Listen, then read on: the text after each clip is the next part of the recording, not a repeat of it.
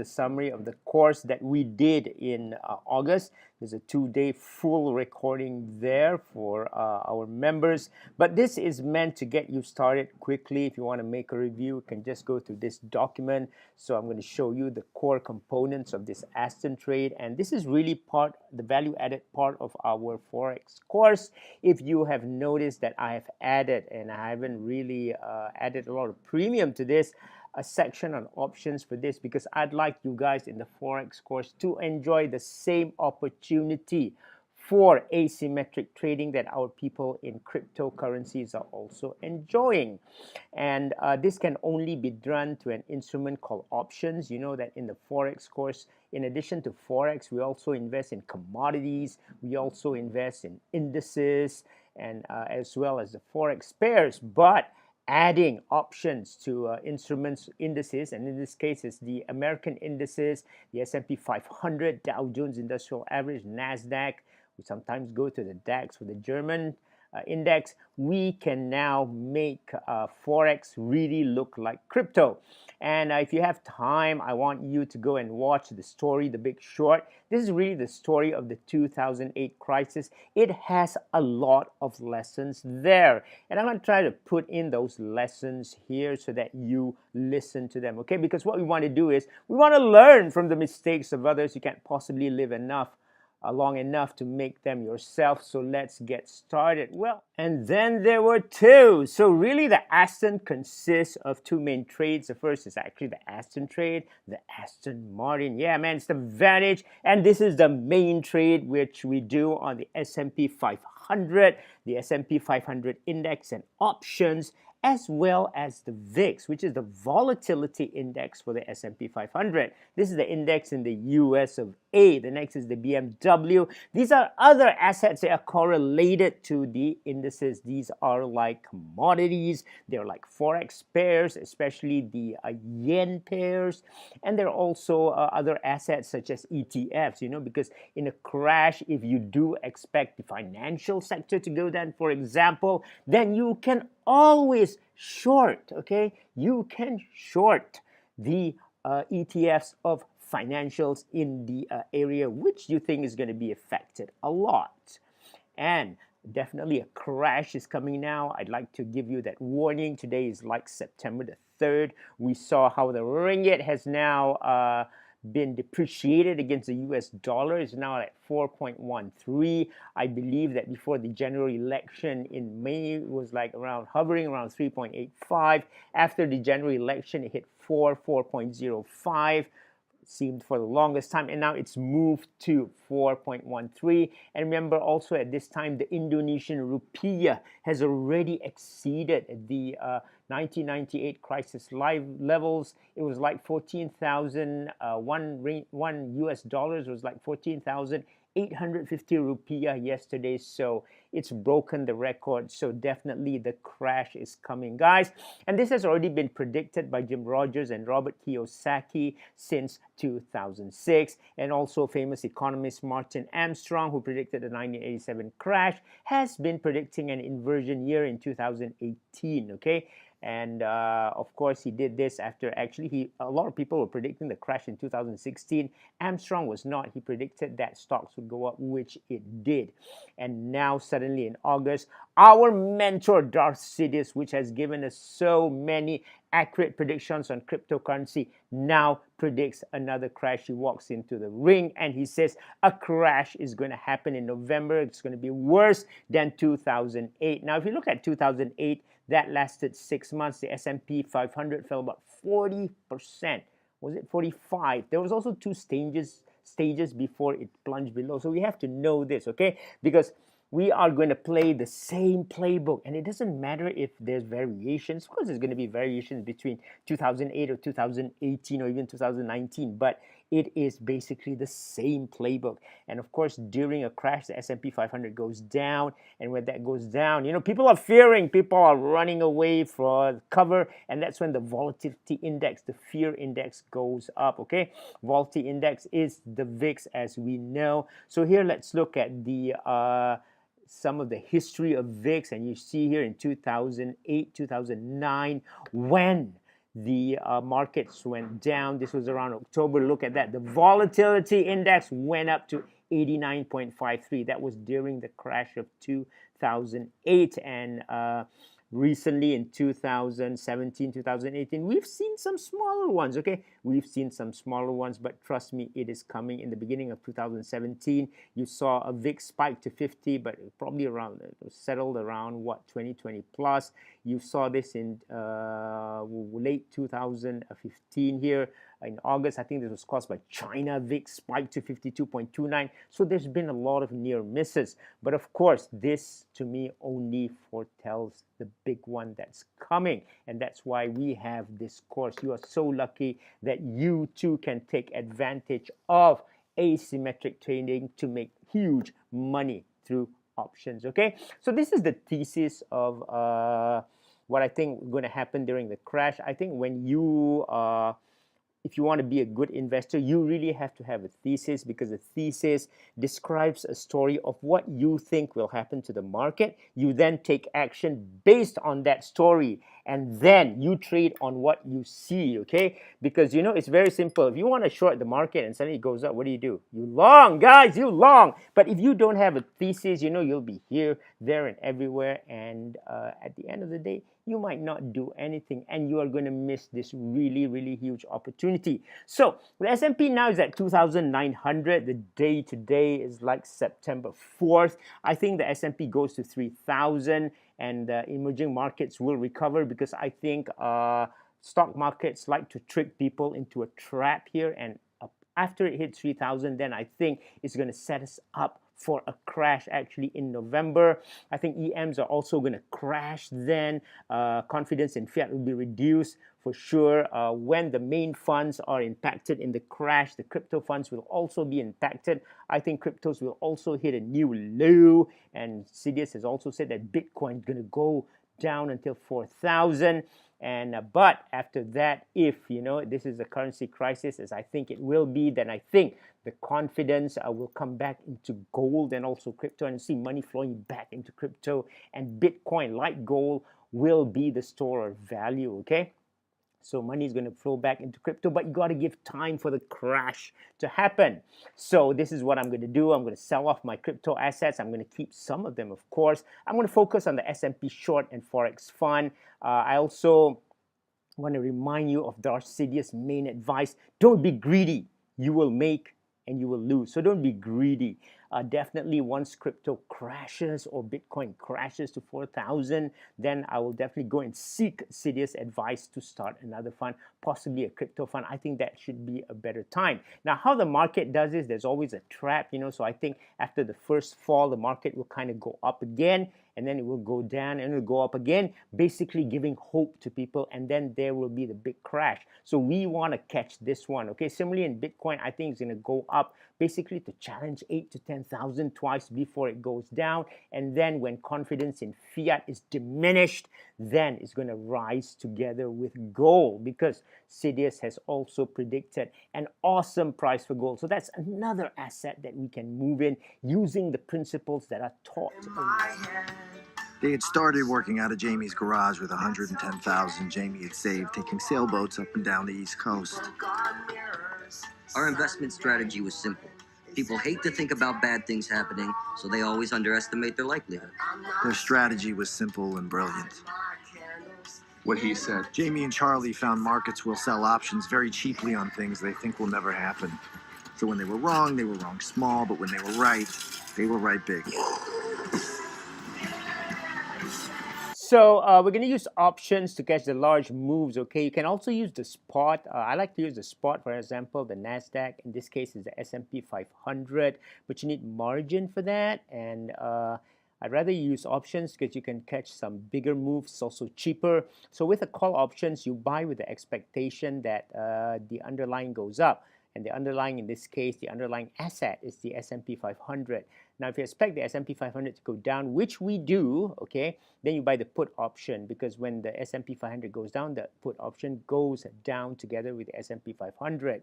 Or, as you just now seen before this, the volatility index tends to rise with the S&P going down, right? So in this case, you would buy the call option of the volatility index here, the VIX here, in order to catch these various spikes or up moves. So the minimum contract in option is 100 units. In the future, we're going to have a managing the trade section where we can also sell and write options to earn premium. So this is in managing the trade options section. Now, once you've done your trades, you've done the initial buy, then we can talk about the possibility of even earning premium and getting a discount for what you bought the options for. So I like options because it offers a fixed loss strategy. They're very cheap now in early September, but I can tell you that it's going to move up a lot heading towards October, November, and the strategy is really what was mentioned in the story of The Big Short, where you had these two guys setting up a hedge fund from $110,000. It grew to 30 million. What they did was they bought options on the cheap because people didn't think it would happen, and once it happened, they sold it for very high. In this case, two options are cheap because people are still in la line. They think the market is going to go up and go up some more, and that's what we're going to use to our advantage. We are going to use this to buy options on the cheap.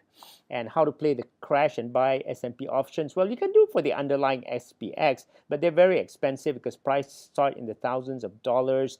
The margins to put in an underlying position, for example, for 2009, the S&P is at 2,900. If you want to play where 10-point move is 1,000. The margin there is about US $1,500. Options are also very expensive, around US 1,500 to US 3,000. For example, again, at the underlying S&P of 2,900, 2.95, the put option at 2,800 is US $6, and at 2,800 October 19, a slightly longer period, is US 1680. So this would cost US 1,680 to buy a put option at a strike price of 2,800 going down, okay? And this expires on October 19th. Now, another way to do this is you use the SPY. This is the ETF. They're cheap. They're 1/10 the price of the underlying. So if the option of the put option at strike of 2,800 expiring September 21st is US $6. You can expect this to be at US 60 cents, which it is. Okay, we ran this over finance.yahoo.com and checked it, and it's 53 cents for expiring on September 21st, US 175 expiring on October 19th. That is the put option at 280. So you see, it's almost the same. Now the margin to buy the underlying of the ETF of SPY is at 290.31, is only about 105, so that's about 1/3, which I think is a very fair option. So you can check this. The margins will vary from broker to broker. I use Sept, so another good broker is Think or Swim. Okay, so you really want to use this ETF called SPY if you do not have enough capital to play the big SPX, because they move in tandem. So this is how we're going to do the trade for the S&P 500. This is what happened in 2009. You can see that during the crash, there's a move down and then it comes back up as if to give people hope, and then it really moves down. So you really need to play in two bull moves. And if you look here, the moves tend to go down over several months, in fact 1.5 years, right? A move of 40% is definitely possible, like here. And a long-term option can give you more opportunity of making money towards the end. So you want to buy a short-term put option to catch the move, but if you want to go way for a longer time, then you have to buy a longer term put option. So here are several options that I have drawn out for you, potential trades. Although I use this for SPX, the underlying, you can use SPY also to enter at 1/10 the price. No problem at all, guys. So if we assume that the S&P 500 is going to hit 3,000. The put options there at spot of 3,000 is actually $59.20. This is expiry in December. Now it's about September. So if you buy this, 100 is like 5,920 US. If you go two strikes down at 2,800, the put option there is only US 1980. But remember, the S&P 500 needs to dip below 2,800. You have to minus this by 1980, or the S&P 500 needs to dip below 2,781 for you to even make money. However, if the S&P goes to 2,700, you then get 10,000 for this, you only put in like 1,980 and you make 5 times your money.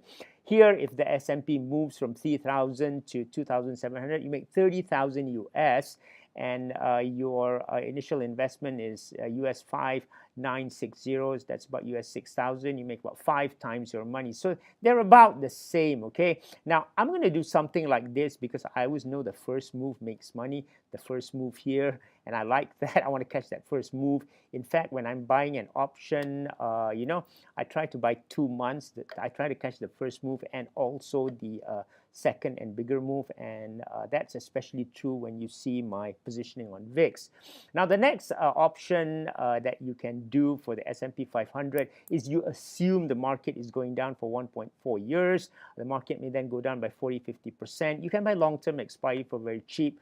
For example, 9th June, the strike at 2,200, which is very, very far away, is $22, okay?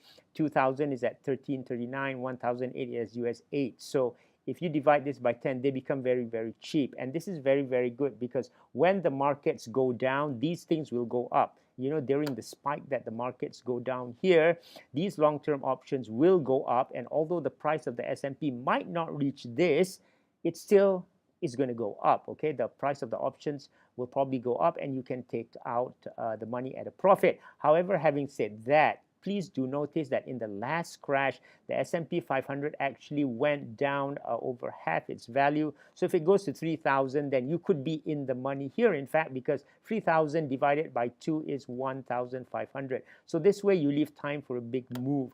Remember that the average bear market lasts for 1.4 years, so you just might want to let it run for for a longer time, okay? Now, the next one is about the VIX. This is the most exciting part because, you know, the VIX is like a pump and dump of crypto. It spikes and then it goes back down.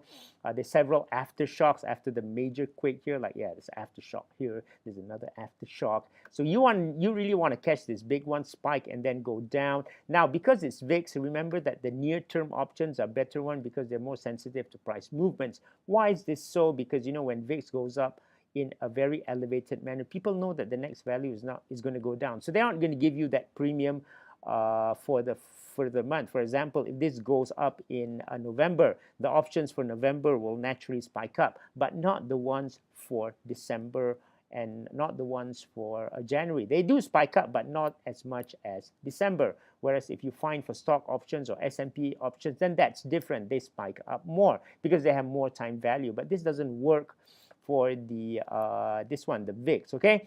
So depending on the month, if you buy the near month, now we've done this in the class, you can make 8 times your money. And if you go, for example, if this is November, the crash happens in November, you know, just taking a figure at random, you make 8 times.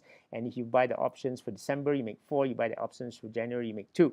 If the crash happens in November, okay? So it really depends on the month that you have. So you really have to be more accurate in VIX versus the S&P 500. I can take my time, and if I'm doing the underlying SPX, I can take a lot of time for the trade to happen.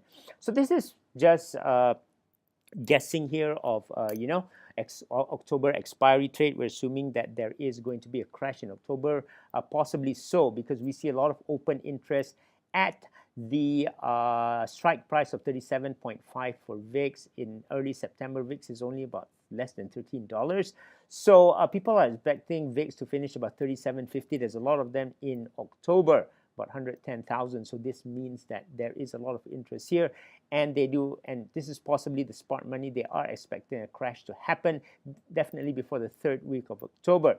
So if the VIX finishes above 37.5, usually it goes up to 50. There's something called the VRO, of which the VIX price options are calculated. So the VRO will settle about 40. So you can buy the VIX calls in October. You know, we're now in August at 25 cents. If the VRO settles at 40, the closing price of the VIX will be 250. 40 minus 37.5 is 250. You make 10 times your money. The only thing is, if the VRO settles at 20, this goes out of the money and you go to 0 and may not even get to get out. Now, on the other hand, you might want to make it the strike a little bit lower. So here you go strike 20, right? Because it can settle at 20. So you go strike 20, it's only 95 cents. Assuming the VRO settles at 40, the closing price of the VIX option is 40 minus 20, which is $20. Your ROI is 20 times. So this is much better. So I'm planning to buy this.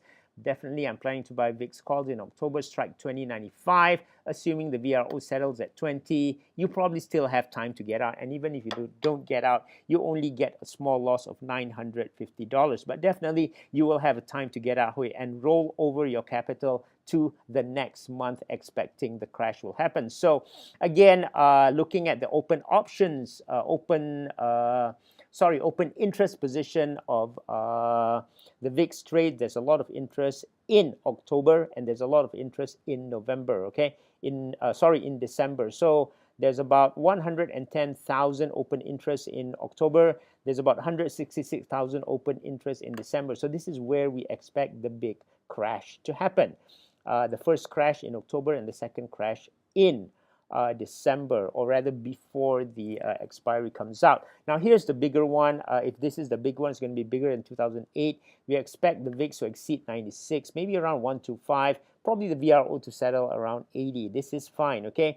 So if you buy VIX calls here in December at a strike price of 47.50, it's still cheap. It's only 30 cents. Assuming the VRO settles at 80, then you get a price of 32.5. You get 108 times, okay? 108 times gain on the VIX. If the VRO settles at 65, you get 58 times. Of course, if VRO then, if it goes to 50, then VRO might settle at 40, and this could be 0.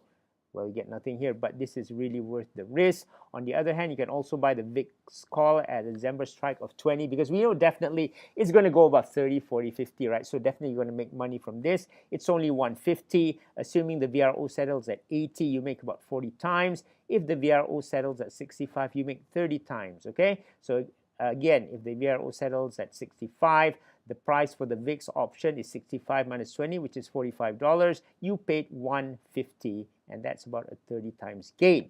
Now, because you're buying the strike of 20, definitely you are going to make something here. And even if the option price goes to around 20, if VRO settles at 40, you still have an ROI of 13, which is super duper great. So this is another good trade.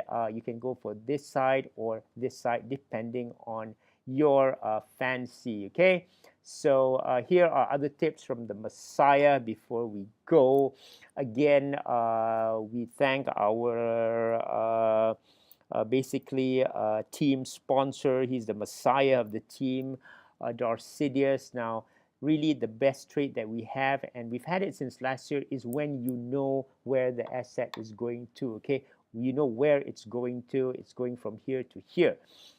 Because here only your greediness will stop you from getting there, okay? Otherwise, it's okay. For example, if you know the S&P is going down, you just short the S&P underlying at 3,000. Of course, you'll make money, but your greediness will stop you from getting there, because you know you might go to an over leveraged position and lose it all. You might go in and out and not be able to control your emotions and lose it all. So you got to be sustainable. Don't be greedy, or you will lose what you made.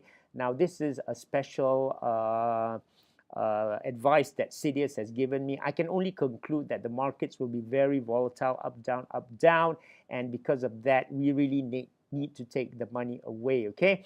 Now, the next thing that you want to do heading into the market crash months, please set a routine comfortable for yourself. Remember that emotion is the most factor for trading. You have to incorporate and live within your market zone so that you are in a peak state, because when you are in a peak state, then you will be able to trade very well, or rather you will be able to manage your investments very well. Remember that we really do not encourage trading. What we encourage are actually investments. We invest and then we wait for the event to happen, and then we make a lot of money. This is similar to cryptos, okay? So when you talk about routine comfortable for yourself, I think this is also part of your trade plan. For example, if your trade plan says that, you know, you have to send your children to school, then do it. If that is your comfort zone, do it. Don't try to change things, okay? Do things and adjust your schedule around things that are going to make you very, very comfortable, okay? So set a routine comfortable for yourself. The third thing is don't confuse yourself. There's a lot of assets. There's S&P 500.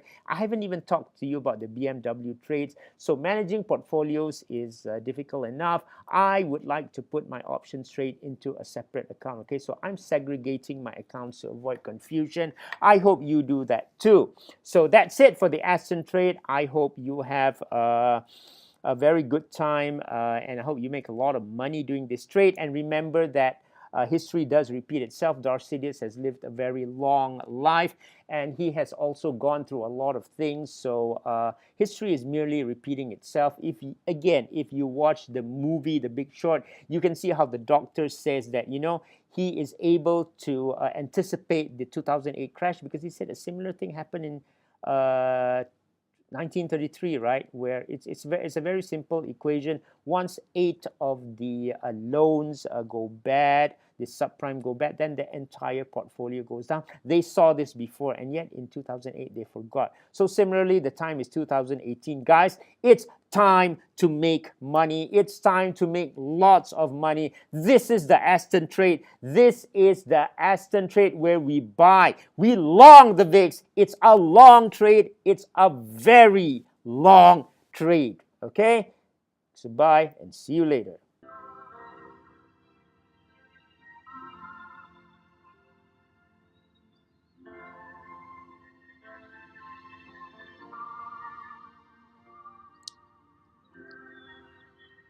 Get the Aston?